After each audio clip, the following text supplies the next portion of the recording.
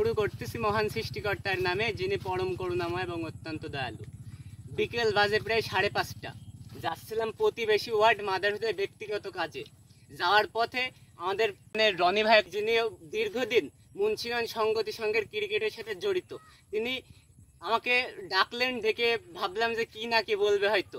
আমি এসে দেখলাম যে তিনি একটা সুন্দর লাউয়ের বাগান করেছে, কিন্তু দেখি এখানে আর একটা মজার বিষয় হচ্ছে, এই ভাই তিনি হচ্ছে দেখেন কাঁচা লাউ খাচ্ছেন। ভাই আপনার নামটা যদি বলতেন। আমার নাম হইলো বাড়ি সিদ্দিক। বাড়ি সিদ্দিক, আপনার বাসা তো এখানে নাকি? বাসা হইলো বন্ডবিল। আচ্ছা, তিনার বাসা আছে বন্ডবিল। তিনি হয়তো ভাইয়ের কাছে কোনো একটা কাজে এসেছে। দেখেন সবচেয়ে মজার বিষয় আছে যে তিনি কাঁচা লাউ খাচ্ছে। তার হচ্ছে রান্নাও লাগছে না, তরকারি করে ভাতের সঙ্গে খাওয়া লাগছে না, শুধু শুধু লাউ দেখছি তিনি খাচ্ছেন। তা আমি তাকে আর কয়টা কথা জিজ্ঞাসা করতে চাই যে আপনি কতদিন ধরে এরকম ভাবে করেন? লাউ বাক্সে খাইয়ে যায়, যখনই মন বলে সেখনই খাই।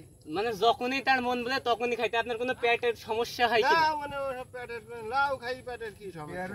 মানে লাউ মানে তিনি মনের সুখে এগুলো খান। যেমন আমরা বাজার ঘাটে বিস্কুট, চানাচুর, চা যেইভাবে খাই, তিনিও দেখছি এইভাবে মজার সাথে মনের সুখে দেখছি লাউ খাচ্ছে।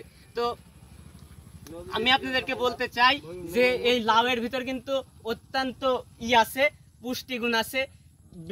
আমাদের নবীজির এই ছিল, লাউ ছিল পছন্দের। আপনারা যদি সময় সুযোগ পান তো এই লাউ কাঁচা খেয়ে একটু টেস্ট করে দেখতে পারেন। তা আমিও আজকে ইনশাল্লাহ ভাইয়ের সাথে একটু নিয়ে খাবো। তা আমাকে একটু দেন, দেখি খাওয়া যায় কিনা। খুব যাবেন।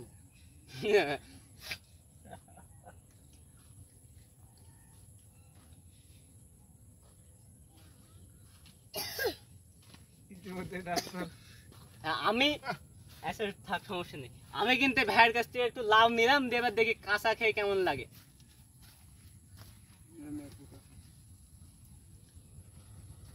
ভালোই আছে, একেবারে খারাপ না। তো এখানে অনেক ছেলেপিলে আছে, তারা এই ভাইয়ের এই মজার কাণ্ড দেখার জন্য এসেছে। তা আমি বলতে চাই আপনারা যদি পান তো এই জায়গায় আসতে পারেন। তো আজকের মতো এখানে বিদায় নিচ্ছি।